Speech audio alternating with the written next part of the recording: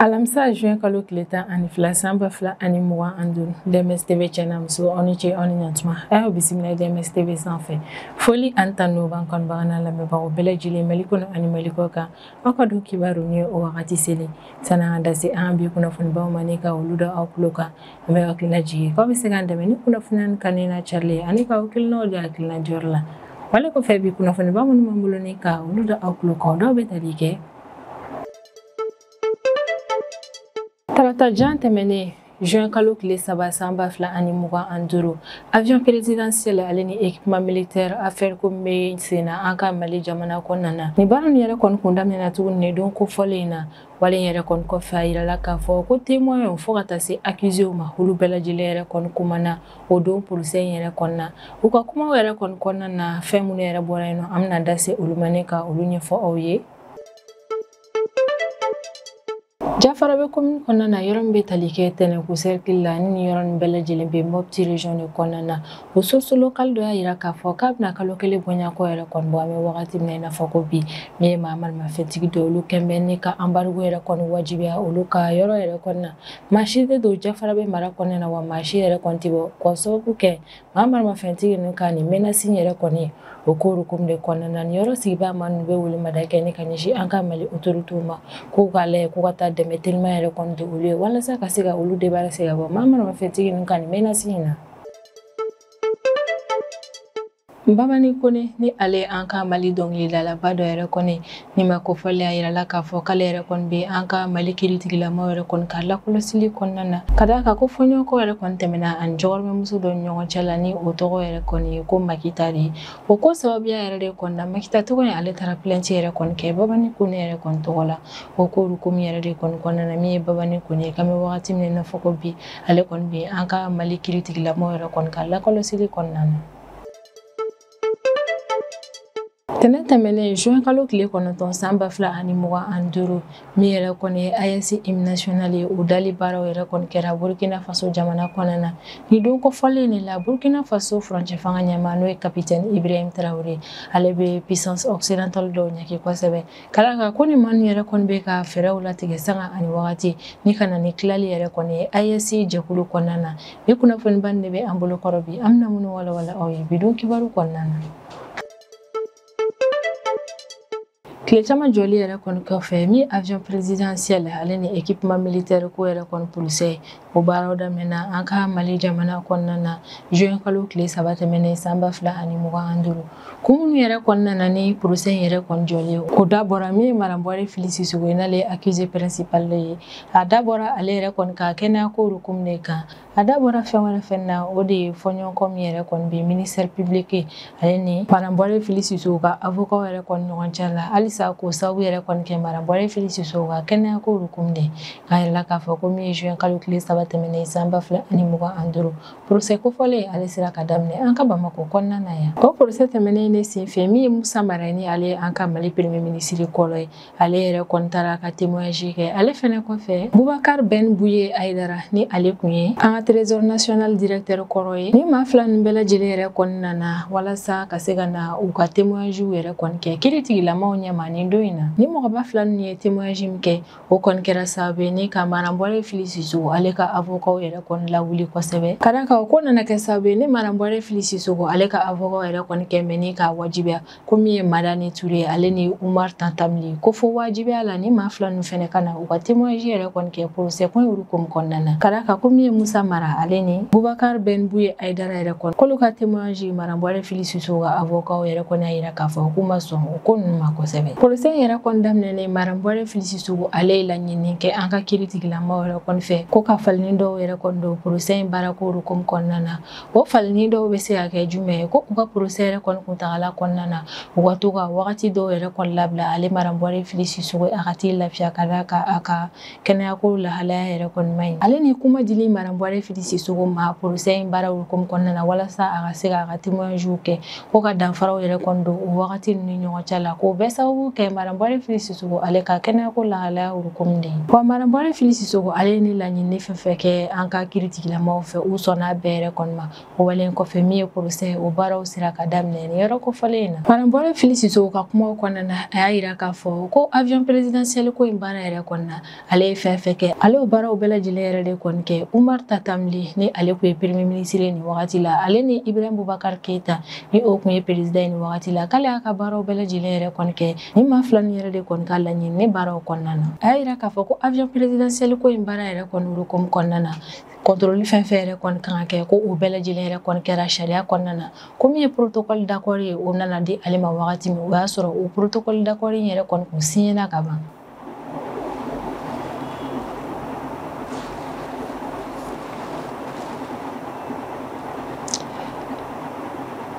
Madame Bɔrɛ Fili Sissogo ka kumaw kɔnɔna na ko wagati si ale kɔni ma a lajɛ yɛrɛ kɔni ka boli ka bɔ an ka kiiritigilamaw bolo ka da kan k'ale yɛrɛ de kɔni kun ye laɲini kɛ ko ka segin ko kura ye ka procès in yɛrɛ kɔni dayɛlɛ walasa tiɲɛ bɛɛ lajɛlen bɛ se ka don maliyɛn jamana kɔnɔdenw bɛɛ lajɛlen fɛ. A ka kɔrɔfɔ la ko avion présidentiel in contrat négociation yɛrɛ kɔni na ko kuma si ale sen yɛrɛ kɔni ma don contrat in négociation baaraw la ko nka sɛgɛsɛgɛli baara minnu yɛrɛ kɔni kun kan ka kɛ ko in hukumu yɛrɛ kɔni kan ko ale ye o bɛɛ lajɛlen yɛrɛ kɔni nɔna minɛ ka da kan a ye baara ninnu bɛɛ lajɛlen yɛrɛ kɔni kɛ sariya kɔnɔna na ko nka min ye k'a fɔ ko contrat in yɛrɛ kɔni négociation ko ale sen donna o baaraw la ko kuma in tɛ tiɲɛ ye. Ministre de l'économie kɔrɔ ka kɔrɔfɔ la ko avion présidentiel ko hukumu kan wari fɛn fɛn yɛrɛ kɔni sarala a ko la ko wari nin yɛrɛ kɔni sarala ni sɛbɛn dɔ de min yɛrɛ kɔni bɔra présidence walima ministère de la défense yɛrɛ de kɔni ka yɔrɔ la ko juru tali ko walasa ka se ka avion présidentiel yɛrɛ kɔni san ko o ko yɛrɛ kɔni validera assemblée nationale mɔgɔw de fɛ. Madame Bɔrɛ Fili Sissogo ale ka nin kuma nin yɛrɛ kɔni kɔfɛ o dugusajɛ min ye premier ministre kɔrɔ n'o tɔgɔ ye Musa Mara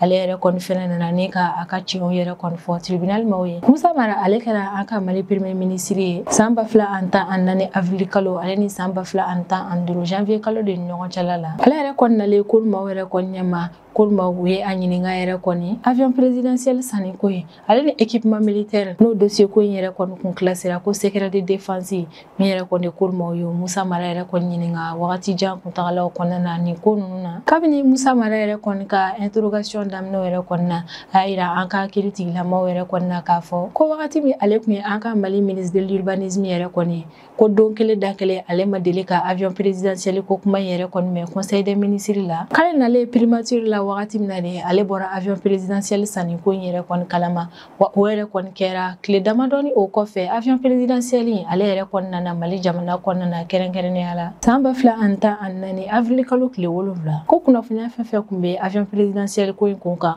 o kunnafoniya ninnu bɛɛ dira ale yɛrɛ kɔni ma Madame Bɔrɛ Fili Sissogo de fɛ ni o kun ye ministre de l'économie kɔrɔ ye ale ni Hashim Kumari ni o kun ye ministre des transports et des infrastructures fo ka taa se Fɛn Sumailu Bubeyi Mayiga ni ale kun ye ministre de la défense kɔrɔ yɛrɛ kɔni a yira k'a fɔ ko avion présidentiel ko hukumu kan ko ni maa saba ni yɛrɛ de kɔni ye kunnafoniyaw bɛɛ lajɛlen di ale ma ko sɔn tɛ ɲɔni ale yɛrɛ kɔni kun ka na primature la a kun tɛ foyi kalama avion présidentiel ko in na ka da ka tile kelen da kelen a kuma ma deli k'a fɔ conseil des ministres la min ye sɔngɔ kɛrɛnkɛrɛnnen min yɛrɛ kɔni bɛ avion présidentiel ko in na Musa Mara ale bɛ min kalama o la a ye walawalali kɛ ko avion présidentiel in sanna CFA wali miliyari 18 ani dɔɔni de ko parking assurance ale ni avion immatriculation ko yɛrɛ kɔni na o sɔngɔ taara bɛn CFA wali miliyari 2 ani dɔɔni de ma o kɛra sababu ye ni avion présidentiel in sanni ko ale ni a ko musakaw bɛɛ lajɛlen taara bɛn CFA wali miliyari 21 de ma Musa Mara a kɔni y'a yira k'a fɔ ko min ye avion présidentiel ko in ye ko ale bɛ nin ko ninnu yɛrɛ de kɔni dɔn o ko la Musa Mara kɔfɛ Boubacar Ben Bouye Aïdara ni ale kun ye an ka trésor national o directeur kɔrɔ ye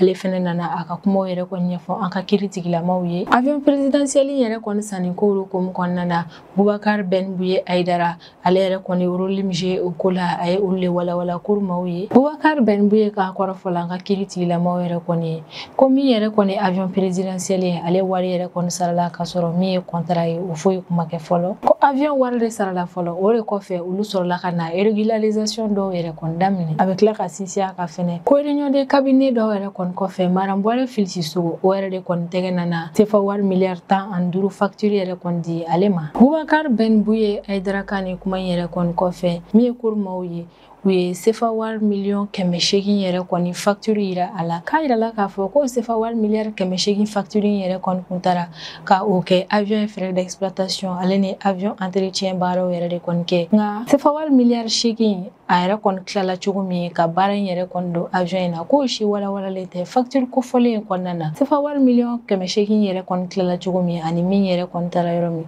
o si ɲɛfɔlen tɛ ni facture kofɔlen in kɔnɔna na Boubacar Benbouye Aïdara ka audition kɔni y'a yira an ka Mali kiritigilamaw la k'a fɔ komi an ka jamana administration yɛrɛ kɔni kɔnɔna na k'u bɛ pratique dɔw kɛ bisigali bɛ ka kɛ pratique mun na kɛrɛnkɛrɛnnenya la i bɛ taa sɔrɔ yɛrɛ kɔni u bɛ kumaw fɔ u ni ɲɔgɔn cɛla de la ni o yɛrɛ kɔni fɔra dɔrɔn u bɛ taa wari yɛrɛ kɔni bɔ trésor la ko ka sɔrɔ jamana gouvernement yɛrɛ kɔni kɔnɔna na ni fɛn fɛn yɛrɛ kɔni bɛ kɛ sɛbɛn kan ka dilan o ko in na nka a bɛ n'a fɔ nin wagati kofɔlen in na u tun bɛ kumaw fɔ u ni ɲɔgɔn cɛ la ni o banna dɔrɔn u tun bɛ taa wari bɔ min ye sɛbɛn dilanni ko ye o tun ti a la wagati bɛɛ la yɛrɛ kɔni ɲɔni avion wari yɛrɛ kɔni ka sara contrat ko kuma o kɔni ma ye ɲɛ la présidence ka secrétaire général ale yɛrɛ kɔni sen donni avion présidentiel ko in baara yɛrɛ kɔni na ka sɔrɔ min yɛrɛ kɔni ye budget kɛrɛnkɛrɛnnen o kun ti ale bolo walasa ka se ka wari transaction ninnu kɛ o bɛɛ lajɛlen yɛrɛ de kɔni kɛra sababu ye ne ka procès ko in tɔ yɛrɛ kɔni gɛlɛya ni révélation ba nin bɛɛ lajɛlen yɛrɛ de kɔni kɔfɛ Mariam Bɔre Fili Siso ka avocat u bɛɛ lajɛlen yɛrɛ kɔni wulila k'u jɔ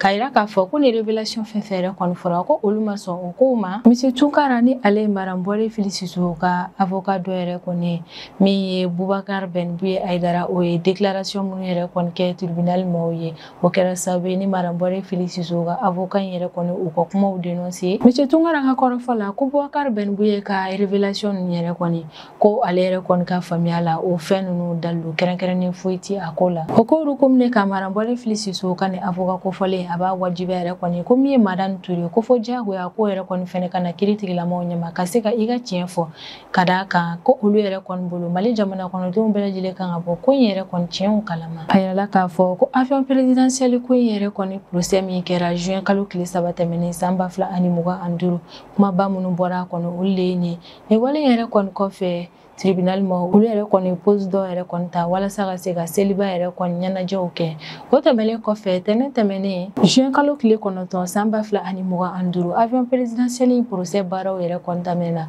ko wa min ye témoin kuraw ye k'olu yɛrɛ kɔni fɛnɛ sen donna a ko la donna nataw la ni o procès ko in fɛnɛ na ni an ye jaabi minnu yɛrɛ kɔni sɔrɔ o la an bɛ segin ko kura ye ni ka na olu da aw tulo kan Jafarabe commune kɔnɔna na yɔrɔ min bɛ Tɛnɛko cercle de kɔnɔna na ne ni yɔrɔ nin bɛɛ lajɛlen yɛrɛ kɔni bɛ Mopti région de la ye source locale dɔ yɛrɛ kɔni y'a yira k'a fɔ k'a bɛ ɲina ka na kalo kelen bonya ko yɛrɛ kɔni bɔ ko olu ka yɔrɔ yɛrɛ kɔni bɛ embargo yɛrɛ kɔni k'a ko sababu kɛ maa marimafɛntigi dɔw yɛrɛ kɔni ka menace de ye source locale kelen y'a yira k'a fɔ ko min yɛrɛ kɔni ye Jafarabe commune ye maa ti don yen nɔ maa ti bɔ yen nɔ k'a sababu kɛ maa marimafɛntigi dɔw yɛrɛ kɔni ka menace ye ko situation yɛrɛ kɔni kɛra sababu ye ni dala dumuni dɔw yɛrɛ kɔni dɛsɛlen bɛ olu ka yɔrɔ la ko wale in kɔni bɛ sɔn ka kɛ sababu yɛrɛ kɔni min ye forola baaraw yɛrɛ kɔni a bɛ sɔn ka tiɲɛniba don o yɛrɛ kɔni na olu bolo ni zone kofɔlen in kɔnɔna na mɔgɔ tɛ don Jafarabe mɔgɔ tɛ bɔ Jafarabe an bɛ wagati min na i n'a fɔ ko bi ko wa ni situation kofɔlen bɛ nin yɔrɔ in na a bɛ ɲina ka na kalo kelen bonya kɔ bɔ source locale dɔ ka kɔrɔfɔ la ko produit dɔ i n'a fɔ tulu jɛgɛw kɔkɔ ale ni produit alimentaire suguya wɛrɛ ko olu bɛɛ lajɛlen yɛrɛ kɔni bɛ ka dɛsɛ Jafarabe mara kɔnɔna na an bɛ wagati min i n'a fɔ ko bi ko Jafarabe sigibaa maa dɔw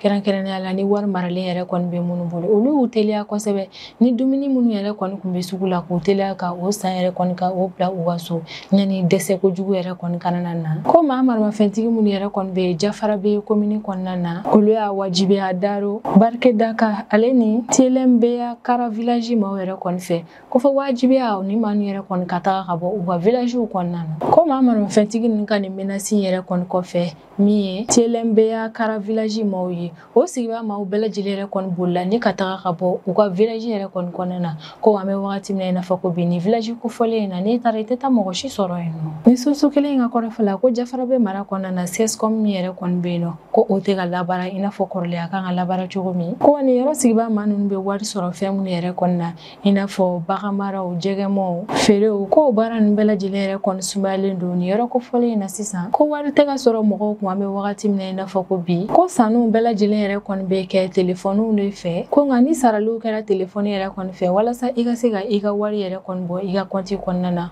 ko o yɛrɛ kɔni fɛnɛ ka gɛlɛn o bɛ ɲina ka na bali ka kɛ yen nɔ yɛrɛ kɔni ko an ka Mali finitigiw minnu yɛrɛ kɔni bɛ nin zone kɔfɔlen na olu bɛ to ka u ka patrouille yɛrɛ kɔni kɛ Jafarabe ville de kɔnɔna na ko nka Jafarabe ville yɛrɛ kɔni n'a bɔra o la finitigiw u tɛ taa patrouille kɛ yɔrɔ wɛrɛ ka d'a kan ko zone caman yɛrɛ kɔni bɛ yen nɔ ji walankata bɛ yɔrɔ min u bɛ kɛ sababu ye ni an ka Mali finitigiw yɛrɛ kɔni tagali ma nɔgɔn nin yɔrɔ ninnu na walasa ka se ka taa u ka patrouille kɛ source kelen yɛrɛ kɔni y'a yira k'a fɔ ko nin yɔrɔ sigibaa maa nin yɛrɛ kɔni sirannen don n'u ka ɲɛnɛmaya ye o de la ko b'u teliya joona ko ka welemada teliman kɛ ne ka ɲɛsin an ka Mali autorités ma ko b'a laɲini an ka Mali autorités fɛ u ka fɛɛrɛ teliman dɔw yɛrɛ kɔni boloda walasa ka se ka na olu ka yɔrɔ yɛrɛ kɔni na walasa ka se ka kojugu yɛrɛ kɔni bali ka kɛ don n'a nataw la ko Barkedaka village kɔnɔna na maa 11 olu bɛɛ lajɛlen yɛrɛ kɔni tunnen don o yɔrɔ in na an bɛ wagati min na i n'a fɔ ko bi o maa 11 yɛrɛ kɔni na Barkedaka o dugutigi yɛrɛ kɔni fɛnɛ bɛ o mɔgɔ tunnen ninnu na ko min ye o maa 11 ninnu ye minnu yɛrɛ kɔni tunnen don maa marimafɛntigi dɔw yɛrɛ de kɔnɔna na u minɛ a bɛ tile 5 bɔyanko yɛrɛ kɔni bɔ ka taa n'u ye yɔrɔ la yɔrɔ min yɛrɛ kɔni ma lakodɔn ko wa maa marimafɛntigi ninnu yɛrɛ kɔni fɛnɛ ma se ka lakodɔn yɔrɔ sigibaa maa ninnu fɛ Barkedaka sigibaa maa dɔ yɛrɛ de kɔni ye ni kunnafoniya in fɔ wa a y'i ban k'a tɔgɔ n'a jamu yɛrɛ kɔni fɔ walasa ka se ka a ka lakana sabati o source kelen y'a yira k'a fɔ ko dugutigi yɛrɛ kɔni minɛna ka d'a ka banbaci wale maa ninnu o kun y'a wajibiya Barkedaka sigibaa maa yɛrɛ kɔni kan k'u ka taga ka bɔ nin yɔrɔ kofɔlen yan yanni don dɔ yɛrɛ kɔni cɛ nka komi Barkedaka sigibaa maa yɛrɛ kɔni ma sɔn ka wuli ka bɔ u ka village kɔnɔna na k'o de kɔfɛ maa marimafɛntigi nin sɔrɔla ka na dugutigi minɛ ni ka taa ni a ye ko wa ni maa marimafɛntigi kelen nin yɛrɛ kɔni min ye dugulamaa ninnu ye u tɛ sɔn maa nin yɛrɛ kɔni ka bɔ village dɔw la ni ka taa village wɛrɛw la ko de la olu b'u teliya ni ka welemada kɛ ka ɲɛsin an ka Mali autorités yɛrɛ kɔni ma u kana dɛmɛ teliman yɛrɛ kɔni don olu ye ka d'a kan a bɛ ɲina ka na kalo 1 bɔyan kɔ bɔ maa marimafɛntigi ninnu kɛmɛ ni ka ni embargo in yɛrɛ kɔni wajibiya olu kan min yɛrɛ kɔni ye da la dumuni ye k'o bɛ ka commencer ni ka ladɔgɔya olu ka yɔrɔw la fɛnɛ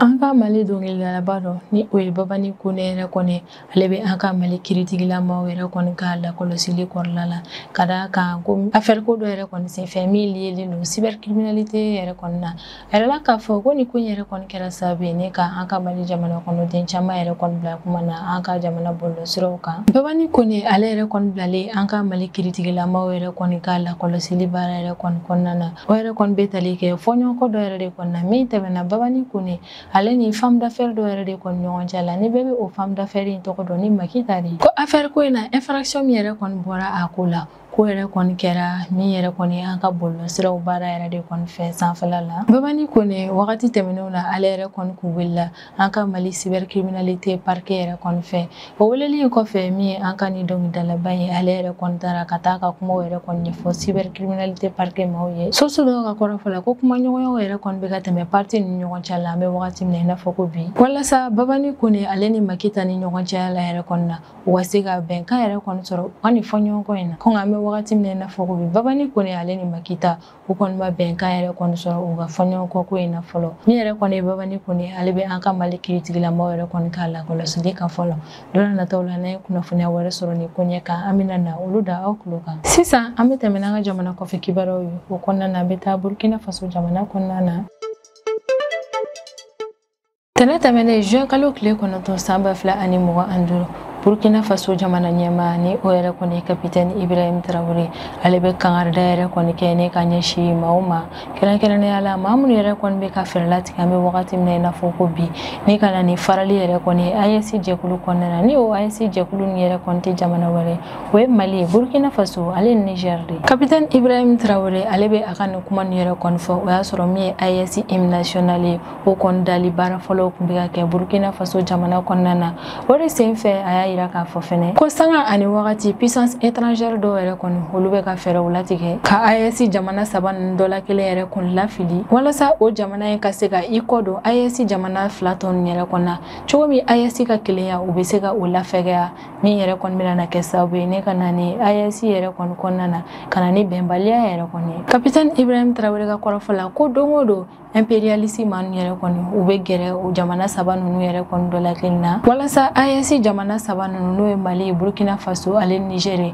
ka fɛɛrɛ latigɛ ne ka jamana kelen yɛrɛ kɔni bila ka jamana 2 tɔ ninnu yɛrɛ kɔni janfa o y'a yira k'a fɔ ko ni impérialiste yɛrɛ kɔni u b'u ka nin ko kuntan ninnu kɛ sanga ani wagati walasa AES ka kelenya ka fɛɛrɛ latigɛ ni ka o yɛrɛ kɔni bɔ yen nɔ an bɛ wagati min i n'a fɔ ko bi Burkina Faso furancɛ fanga ɲɛmaa ka kɔrɔfɔ yɛrɛ kɔni na a y'a yira k'a fɔ ko farafinna bɛɛ farali ɲɔgɔn kan ni ka kɛ kelen yɛrɛ kɔni ko o dɔrɔn yɛrɛ de kɔni bɛ se k'an bɛɛ lajɛlen labɔ Capitaine Ibrahim Traoré ka kɔrɔfɔ la ko fara ɲɔgɔn kan ka gɛlɛn ko nka o dɔrɔn de ye ko in solution ye ko yɛrɛ de kɔni na ko fo farafinna kɔnɔna na yan nɔ ko f'an bɛɛ ka fara ɲɔgɔn kan ni ka kɛ kelen ye de Burkina furancɛ fanga ɲɛmaa ka kɔrɔfɔ la ko impérialisme yɛrɛ kɔni sen donni farafinna jamana ko baaraw yɛrɛ kɔni na o kɛ kun dɔrɔn de ye walasa ka se ka u puissance étrangère ninnu ka u yɛrɛ ka intérêt yɛrɛ kɔni lafasa farafinna jamana kɔnɔdenw yɛrɛ kɔni ka ɲɛkumu kan o de la Capitaine Ibrahim Traoré a bɛ welemada kɛ ni ka ɲɛsin farafinna jamana kɔnɔdenw bɛɛ lajɛlen yɛrɛ kɔni ma k'an ka to ka jateminɛw yɛrɛ kɔni kɛ an ka to muɲu ni sabali kɔnɔna na walasa impérialisme ninnu u yɛrɛ kɔni bɛ ka pression minnu kɛ an kan an kana sɔn u ka pression yɛrɛ kɔni ka se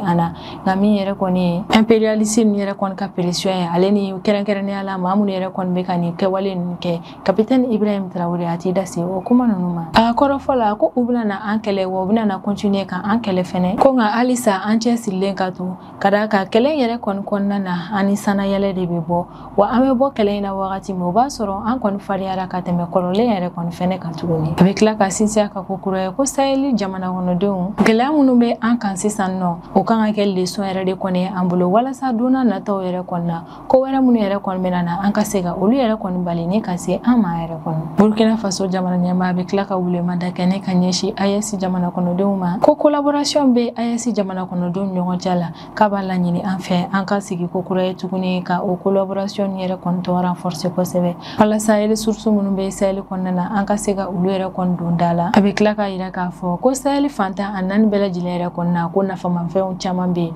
ko wa nafamafɛn ninnu yɛrɛ kɔni ka ca kosɛbɛ ko Sahel tɛna na to fantanya kɔnɔna na halisa an bɛ continuer ko kura ye ni ka AES jɔ ka ɲɛ an bɛ continuer tuguni ka AES yɛrɛ kɔni kɔgɔ kosɛbɛ AES bɛna na kɛ yɔrɔ ye min yɛrɛ kɔni muɲunen don kosɛbɛ ko nin ko ninnu bɛɛ lajɛlen yɛrɛ kɔni kɔfɛ an b'an cɛsiri fɛnɛ ni ka AES kɛ yɔrɔ ye yɔrɔ min yɛrɛ kɔni la lakana o kɔni sabatilen bɛ nin yɔrɔ kofɔlen in na o la Capitaine Ibrahim Traoré a bɛ kangarida kɛ ni ka ɲɛsin impérialisme yɛrɛ kɔni ma ko maa minnu yɛrɛ kɔni bɛ don olu ka don o don yɛrɛ kɔni walasa ka se ka u nɛgɛ ka a layɛ ka AES jamana dɔ yɛrɛ kɔni bila ka jamana fila tɔ ninnu yɛrɛ kɔni janfa ko maa ninnu yɛrɛ kɔni k'a dɔn k'a fɔ ko u yɛrɛ kɔni ka laɲiniw tɛna na sabati o la a bɛ laɲini kɛ AES jamana kɔnɔdenw yɛrɛ kɔni fɛ k'halisa collaboration bɛ ani ɲɔgɔn cɛ la an ka o tɔ yɛrɛ kɔni renforcer kosɛbɛ walasa min yɛrɛ kɔni ye impérialisme ninnu u bɛ ka pression minnu k'an kan an kana se ka sɔn u ka o pression ninnu ma ni ne bɛ dan sigi an bidon kibaru la an b'an kanubaga n'a lamɛnbagaw bɛɛ lajɛlen fo Mali kɔnɔ ani Mali kɔ kan an bɛ hakilina jigin k'aw bɛ se k'an dɛmɛ ni kunnafoniya ni kan na carili ani ka hakilinaw di hakilina jɔyɔrɔ la wale kɔfɛ an b'a fɔ yen nɔ ko aw kan bɛn a ɲɔgɔnna wɛrɛ ma